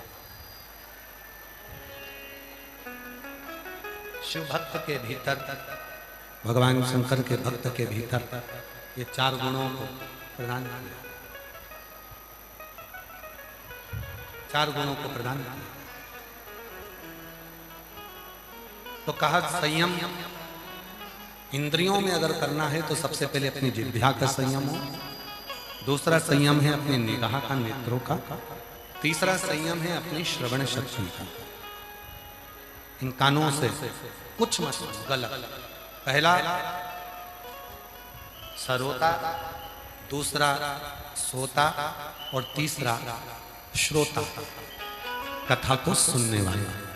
उसके मन में कोई गलत भाव नहीं आता, गलत विचार नहीं आता, गलत सोच नहीं आती, गलत दृष्टि नहीं आती। वो तो केवल एक भगवान के लिए भाव से कथा को श्रवण करने के लिए, सुनने के लिए, कथा श्रवण करने का भाव रहा। कोई गलत विचार, गलत सोच, गलत दृष्टि उसके भीतर नहीं, गलत भाव उसके भीतर नहीं। एक बड़ा सुंदर सा प्रसंग कहा, महाकाल वन में भगवान शिव पार्वती जी के साथ में विराजमान है, जहां पर भक्तों के चार गुणों का स्मरण शिव जी पार्वती जी को करा। पहला गुण अपन ने श्रवण करा संयम का, दूसरा गुण महाकाल वन में भगवान शंकर माता पार्वती को सदाचार का कहते हैं। अच्छे विचार रखिए, अपना अच्छा भाव रखिए, लोगों के प्रति भाव शुद्ध रखिए, दृष्टि शुद्ध रखिए, अच्छा मन रखिए, अच्छे भाव रखिए, अच्छा भाव, अच्छा विचार रखेंगे, उस दिन भगवान सदाचार के भाव में रहेंगे, शिव तत्व की प्राप्ति अपने आप होना प्रारंभ। अपने तीसरे नंबर पर शिव भक्त का जो गुण बताया है वो है स्नेह, सबसे प्रेम।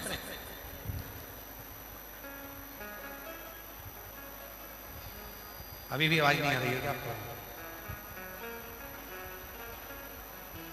आपके एक आदमी को मैं भेज दीजिए, थोड़ा सा पता कर लेगा जाकर, इतनी दूर भी नहीं है कि जाने में 1.5 घंटा लग जाए। तीसरे नंबर पर है इसमें प्रेम। और जब शिव महापुराण की कथा कहती है, भगवान शंकर का चरित्र कहता है, शिव तत्व कहता है, हम सभी को प्रेम देना प्रारंभ करें, स्नेह देना प्रारंभ करें, खुशियां देना प्रारंभ करें, अपने आप को खुशियां, प्रेम, स्नेह हमको आपको मिलना प्रारंभ हो जाता है। आपको हमको अपने आप मिलना प्रारंभ। देखो, देव ऋषि नारद का एक बड़ा सुंदर चरित्र है शिव पुराण का। कामदेव पर भगवान शंकर ने विजय प्राप्त नहीं की, क्योंकि वो रिश्तेदार कामदेव पर विजय प्राप्त नहीं करी, क्योंकि वो रति के पति,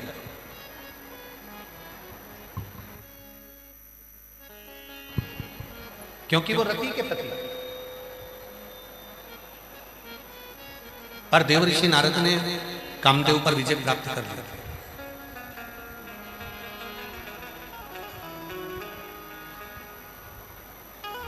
पर देवऋषि नारद ने यह नहीं जाना कि हम किसका अपमान करने के लिए जा रहे हैं।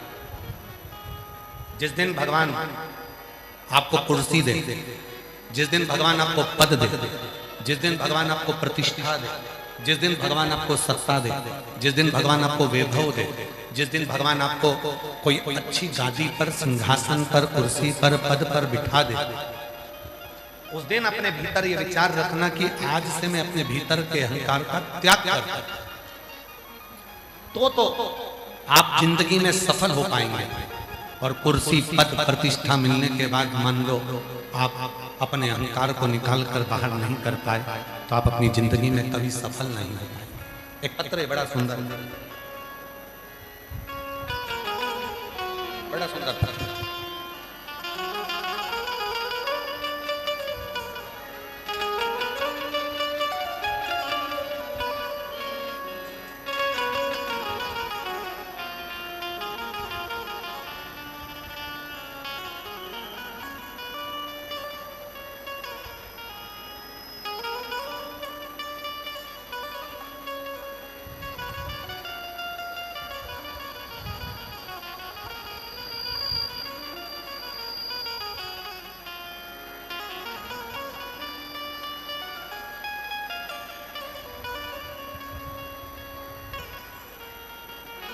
मेरा नाम सपना राम सिंह पांडे है।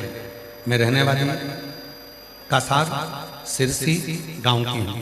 कहीं बैठी हो तो हाथ हिला सकती हैं, अगर कहीं बैठी हो तो हाथ हिला सकती हैं। मेरा नाम सपना राम सिंह पांडे है। मैं रहने वाली कासार सिरसी गांव की हूँ। मेरा बेटा 7 महीने का था तब उसे अचानक तबीयत खराब हुई और उसके हमें सोलापुर अस्पताल में 2 अलग अलग ऑपरेशन करवाए, पर उसकी तबीयत में कोई सुधार नहीं हुआ। हैदराबाद के डॉक्टरों ने बताया उसकी दोनों किडनियां खराब हो चुकी हैं। किडनी बदल दी गई तो भी सिर्फ 10 साल की गारंटी डॉक्टर देने लगे। मैं पूरी तरह से टूट गई कि इसकी किडनियां काम नहीं कर रही, करूंगा क्या? तभी आपके बताए हुए उपाय को किसी ने कहा, 1 लोटा जल सारी समस्या का हल होता है। ये जानकर मैंने वो उपाय करना प्रारंभ किया। 1 लोटा जल चढ़ाते ही शिव जी को पशुपतिनाथ का व्रत करती और बाबा के भरोसे मेरे बेटे की जो दोनों किडनियां खराब थी, बाबा के भरोसे उसको शिव जी पे चढ़ा हुआ जल देते। थोड़ा सा जल मैंने पहली बार दिया, पशुपतिनाथ का व्रत किया, मेरे बेटे में थोड़ा सा सुधार दिखाई देने लगा। मैंने पार्थिव शिवलिंग की पूजन की और इन जैसे आप सावन में कहते हो पार्थिव शिवलिंग का पूजन कराते हो, उस पूजन का फल बताते हो, वैसे मैंने भी पार्थिव पूजन किया।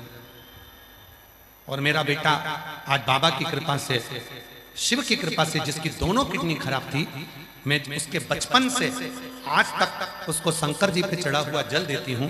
और आज बाबा की कृपा से मेरा बेटा 19 साल का हो गया है और उसकी दोनों किडनियां ठीक हो गई हैं। मैं बाबा को यहाँ धन्यवाद देने के लिए, गुरुदेव, मैं आपको कई वर्षों से सुन रही हूँ। पहले आप टीवी पर कभी कभी आते थे, अब आपकी कथा पूरी सुनने को मिलती है।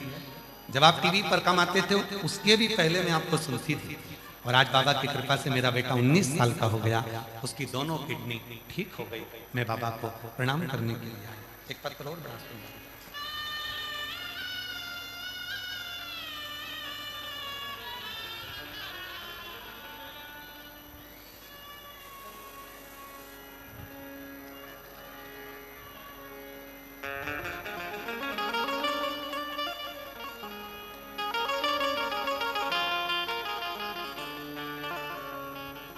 मैं निकिता सोमशंकर टिकाम्बरे, गांव दालिब, तालुका उमरगा, जिला धाराशिव की रहने वाली हूँ। मुझे सब बोलते थे इसकी शादी को 18 साल हो गए हैं, इसको बच्चा नहीं होगा।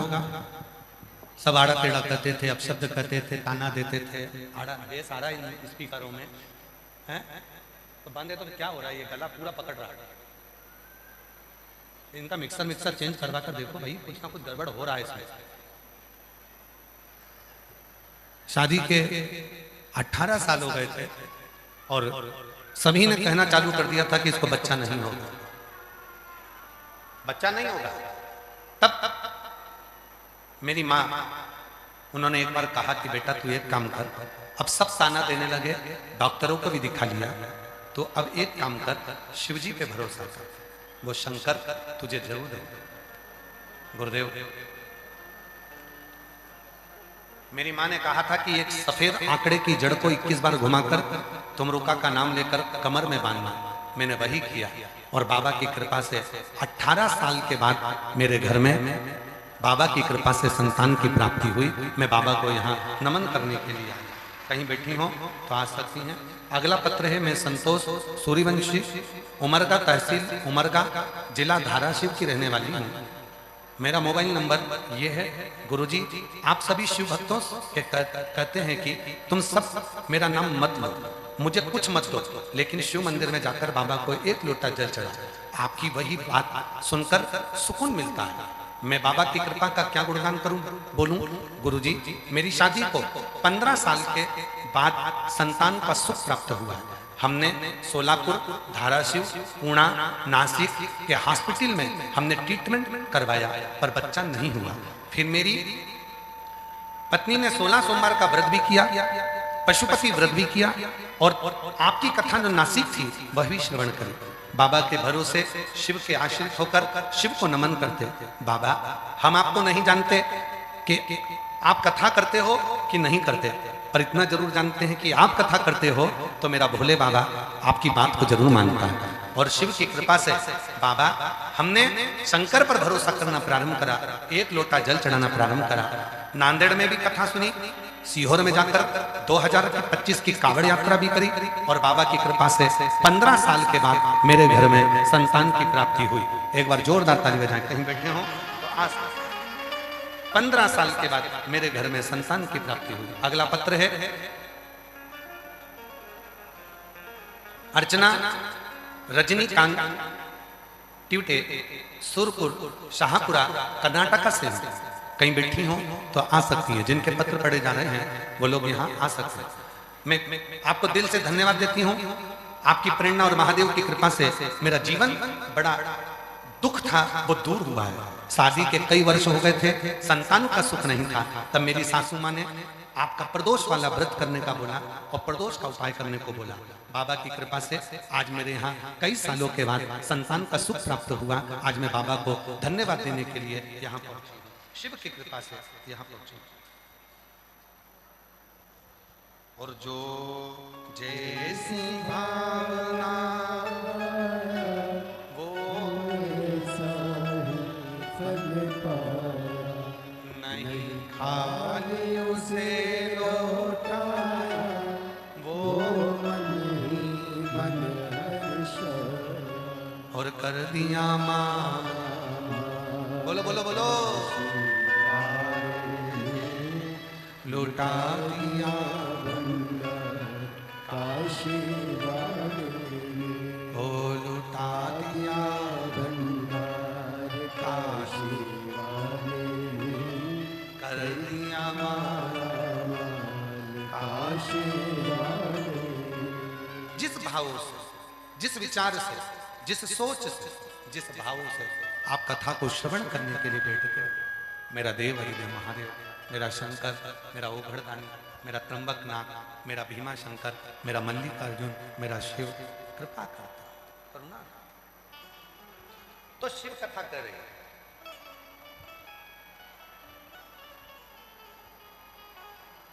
स्नेह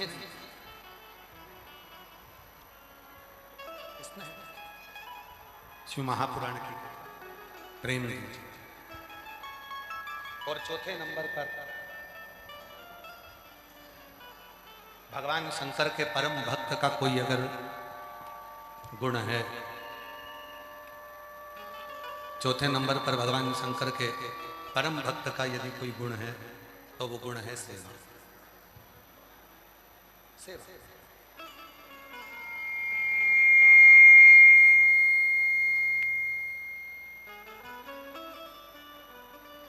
कितने लोग हैं जो शिव जी के मंदिर में रोज जल चढ़ाने जाते हैं? जरा हाथ उठाओ तो।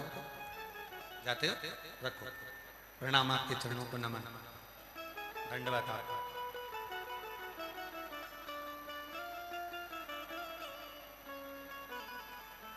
कितने लोग हैं जो भगवान शंकर के मंदिर में झाड़ू लगा देते हैं, पोछा लगा देते हैं, सेवा कर देते हैं। प्रणाम नमः। अब जरा कथा पर जाइए।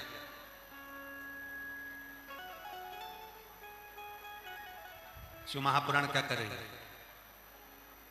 महाकाल वन में विराजमान भगवान शिव पार्वती जी से कहते हैं, पार्वती मेरे भक्त के 4 गुण हैं और उन 4 गुणों में एक गुण है सेवा का गुण।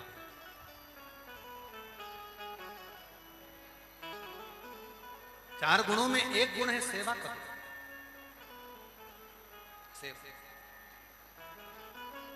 कथा में आए हो, आप लोगों से निवेदन किया है, भूखे को भोजन और प्यासे को पानी, जय बाबा बर्फानी। हम किसी को पानी पिला रहे हैं, मुख झूठा करा रहे हैं, भोजन करा रहे हैं, टॉफी खिला दी, बिस्कुट खिला दिया, कुछ ना कुछ उनको खाने को दिया, मुख झूठा करा दिया, ये भी एक सेवा, ये भी एक सेवा। कोई बुजुर्ग है, बहुत बीमार है, उसको पकड़कर उसके इलाज करवा दिया, ये भी सेवा। किसी को शिक्षा की जरूरत है और उसका शिक्षा अध्ययन करवा, उसकी शिक्षा के अध्ययन कराए, ये भी सेवा। इसको भी सेवा का, इसको भी सेवा का। महाराज और चौथे नंबर पर है भगवान शंकर के मंदिर में, भगवान शिव के दरवाजे पर, भगवान शंकर के मंदिर में, भगवान शिव के दरवाजे पर, शिव के मंदिर में पहुंचकर, भगवान शंकर के मंदिर में पहुंचकर शिव के मंदिर में झाड़ू लगाना, पोछा लगाना, थोड़ी सेवा कर देना, उस सेवा का फल कितना होता है स्वयं शिव जी बोल रहे हैं पार्वती।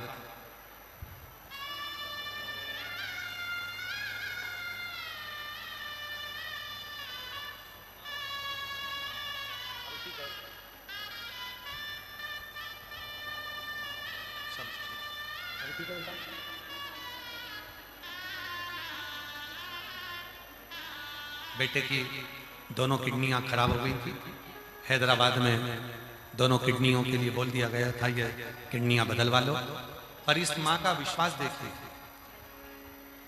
शिव जी पर 1 लोटा जल चढ़ाती, रोज अपने बेटे को पिलाती, शिव जी के मंदिर में झाड़ू पोछा करती, सेवा करती, और बाबा की ऐसी कृपा हुई, डॉक्टर ने किडनी बदलने का बोला था दोनों, और तो भी कह दिया था कि ये 10 साल जिएगा कि 8 साल जिएगा ये पक्का नहीं।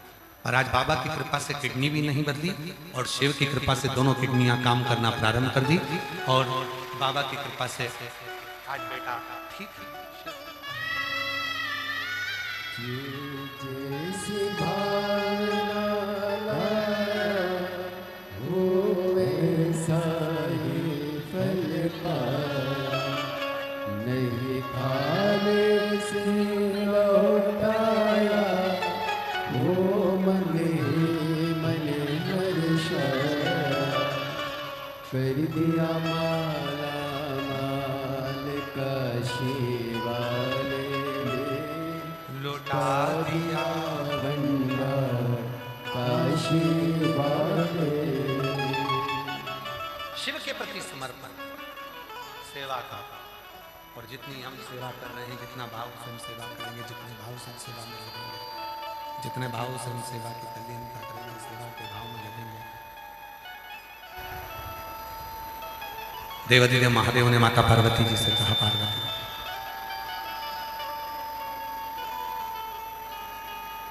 शिव के मंदिर में स्वयं महाकाल कर रहे हैं, स्वयं शिव कर रहे हैं, स्वयं शंकर कर रहे हैं, स्वयं देवादिदेव महादेव कर रहे हैं। जैसे संगम का जल लेकर कोई रामेश्वरम को चढ़ाता है, जैसे गंगा का जल लेकर कोई नीलकंठ को जाता है, जैसे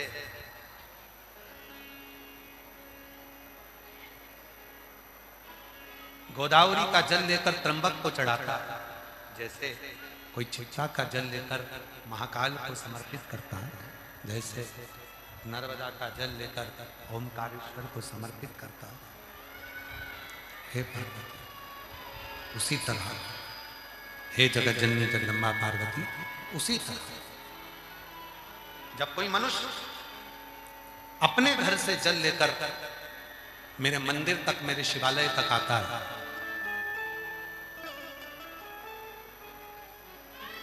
मेरे शिवालय तक जो पहुंचता है जल समर्पित करने के, उसको केवल एक मंदिर में या शिवालय में जल चढ़ाने का फल नहीं मिलता। संसार की जितनी पवित्र नदियां हैं, उन नदियों का जल चढ़ाने का जो फल होता है, वो सारा फल प्रतिदिन जो मेरे शिवालय में आकर जल समर्पित करता है उसको प्राप्त हो जाता है। प्रतिदिन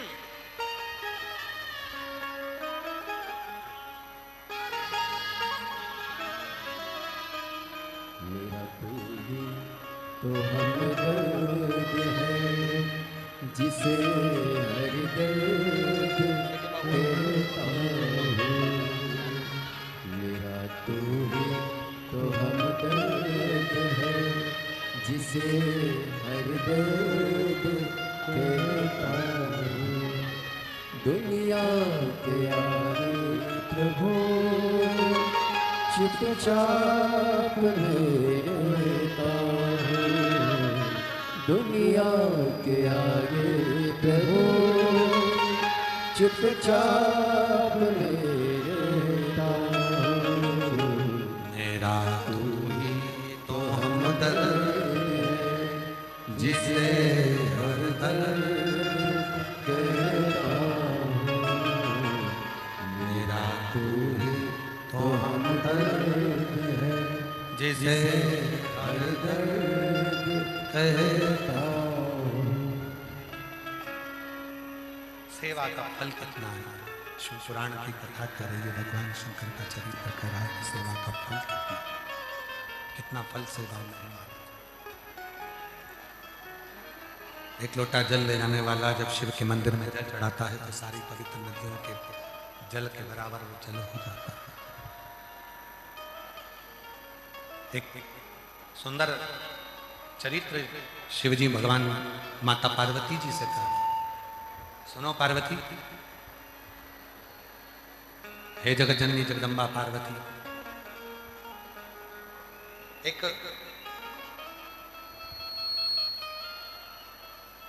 मोक्षा नाम की एक कन्या थी।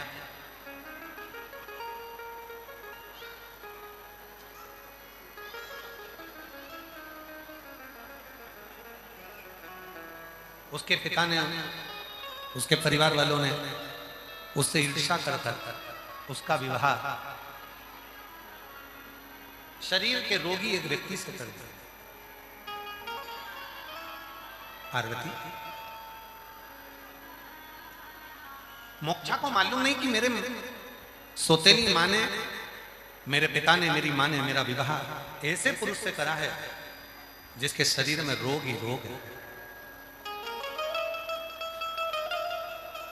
विवाह हो गया, मोक्षा का पति के साथ मोक्षा रहने लगी, पर पति तो बीमारी में इतना ग्रसित था कि उससे मैं निकल ही नहीं पा रहा था।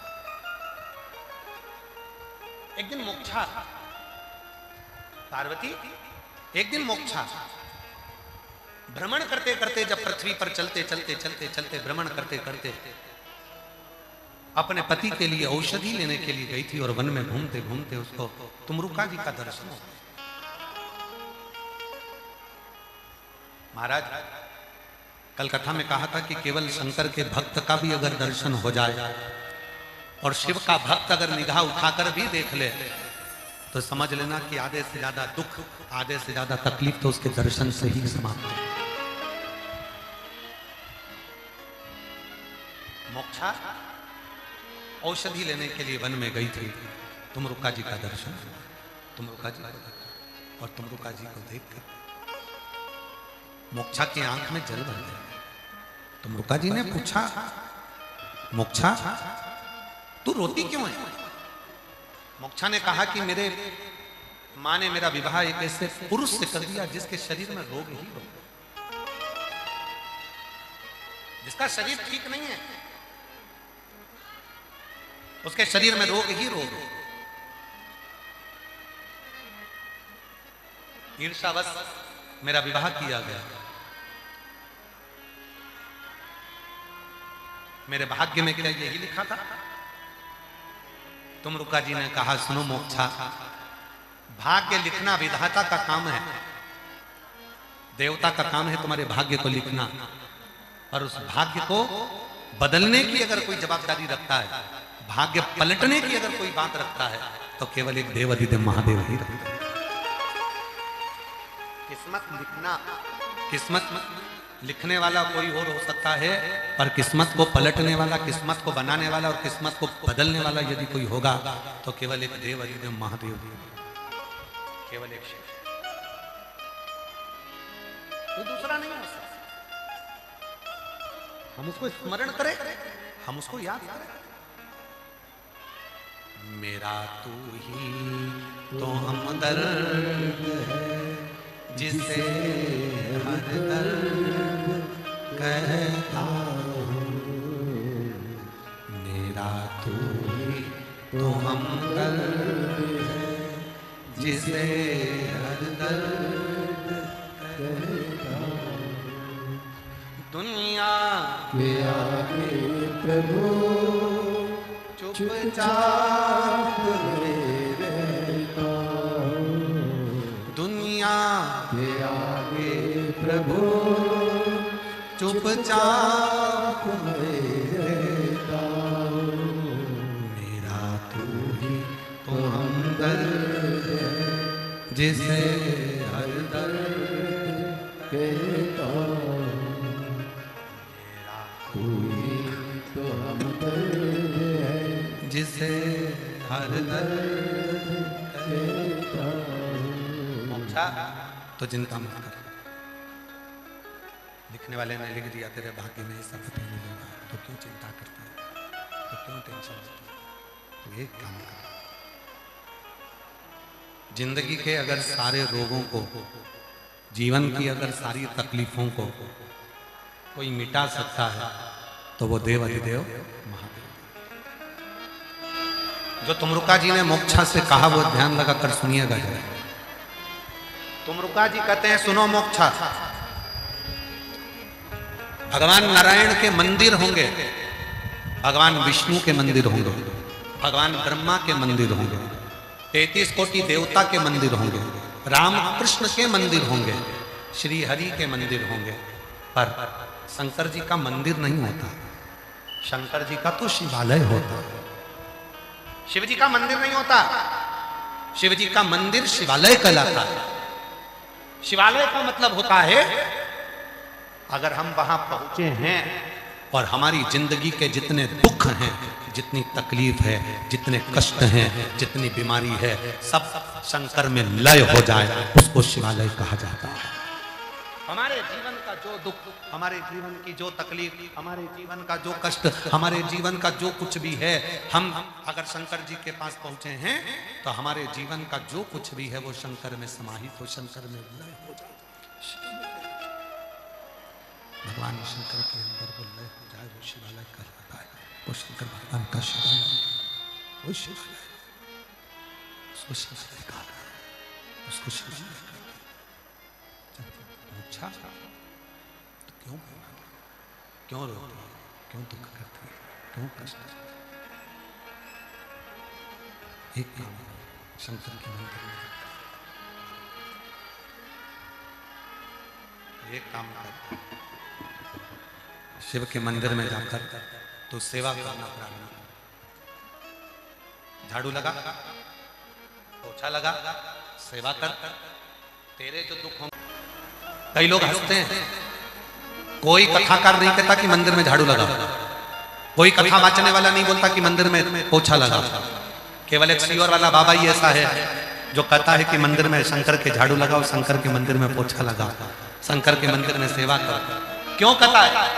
क्योंकि अगर जिसने अवंतिका नाथ की कथा को सुना है, जिसने महाकाल वन की कथा को सुना है, जिसने अवंतिका नरेश की कथा को सुना है, जिसने मेरे महाकाल की कथा को सुना है, वो जानता है कि शंकर का मंदिर नहीं होता, शंकर के मंदिर को शिवालय कहते हैं। और शिवालय में जब हम झाड़ू पोछा करते हैं, कुछ गंदगी को साफ करते हैं, तो हमारे जीवन के जितने दुख होते हैं वो अपने आप समाप्त हो जाते हैं। सब समाप्ति की ओर चले, सब समाप्ति की। इसीलिए शिव की साधना, इसीलिए भगवान शंकर का भजन, इसलिए शंकर की स्तुति, इसलिए शंकर ठाकुर का, इसलिए शंकर की स्मरण, शंकर की भक्ति की मूलता हो जाती है, शिव तत्व की मूलता हो जाती है, शंकर की भक्ति की मूलता, शिव के स्मरण की मूलता हो जाती है, भगवान शंकर के नाम की मूलता हो जाती है, उसके गुणगान की मूलता हो जाती है। महाराज शिव पुराण कहती है, भगवान शंकर का चरित्र कहता है, शिव तत्व कहता है, शंकर जी की कथा कहती है, शिव पुराण कहता है। मोक्षा ने शिव के मंदिर में, शिवालय में झाड़ू पोछा करना प्रारंभ करा और उसके पति के जितने शरीर में रोग थे वो धीरे धीरे धीरे धीरे सब समाप्त होते चले, सारे रोग समाप्ति पर चले, समाप्त। शिव की स्तुति, भगवान शंकर का भजन, भगवान शंकर का मंत्र जब, भगवान शंकर का नाम जब, स्मरण हमारे जीवन को सुख प्रदान कर देता है, आनंद प्रदान कर देता है, भक्ति प्रदान कर देता है।